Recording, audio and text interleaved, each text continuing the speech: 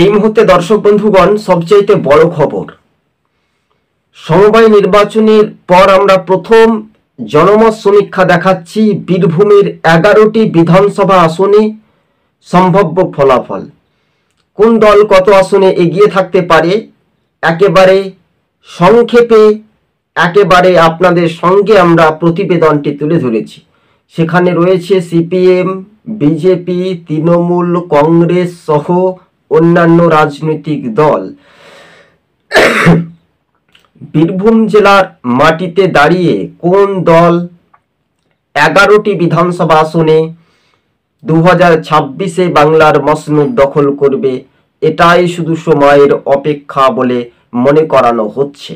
কেননা এখন থেকেই আমরা পরিসংখ্যানটি অর্থাৎ যদি আমরা দেখি সোমবারের দিনে পর্যালোচনা করে জানতে পারছি বীরভূমের 11টি বিধানসভা আসনে সেখানে সিপিআইএম পেতে পারে 2টি আসন সম্ভবত, নানুর এবং নলহাটি, এমনটাই খবরের ইঙ্গিত জানিয়েছেন বাম নেতা। অন্যদিকে কংগ্রেস সম্ভবত তারা কিন্তু 2টি আসন জেতার চান্স রয়েছে, মুরারই এবং হাসান কেন্দ্র। একেবারে কনফার্ম যদি আমরা দেখি তাহলে রাজনৈতিক সমীকরণে চিত্রটি বীরভূমের মাটিতে দাঁড়িয়ে ক্রমশ শক্তি প্রয়োগ বা শক্তির বৃদ্ধি পাওয়ার একটা যোগ্য প্রমাণিত হতে পারবে কি, এটাই শুধু সময়ের অপেক্ষা। আর বিজেপি পেতে পারে বীরভূমের মাটিতে একটি আসন, সেটা হচ্ছে সাইথা কিংবা মোহাম্মদ বাজার, এমনটাই খবরের ইঙ্গিত। তবে বিরোধীরা 5টি আসন পেতে চলেছে এবং শাসক দল তৃণমূল 6টি আসনে পাওয়ার একটা চান্স রয়েছে, এমনটাই সম্ভবত সূত্র মারফত খবর। 11টি বিধানসভা আসনের আজকে আপনাদেরকে সংক্ষেপে বুথ ফেরত সমীক্ষাটা কিছুটা তথ্য বিশ্লেষণ করে তুলে ধরলাম। বিষয়টা ভালো করে মনোযোগ দিয়ে শুনে রাখবেন।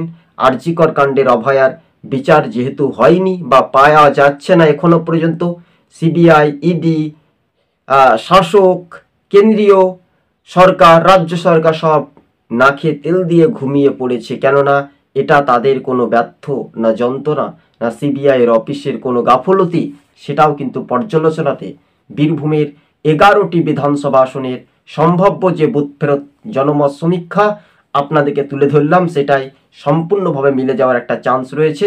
আজকে এখান থেকে আমরা সমাপ্ত বা শেষ করব। আপনি যদি আমাদের ইউটিউব চ্যানেলের মাধ্যমে নতুন দর্শক হয়ে থাকলে আমাদের ইউটিউব চ্যানেলটিকে প্রথম থেকে শেষ পর্যন্ত দেখবেন, আর চ্যানেলে নতুন হলে অবশ্যই সাবস্ক্রাইব করে সঙ্গে থাকবেন। আজকে এখান থেকেই সমাপ্ত বা শেষ করলাম। ধন্যবাদ।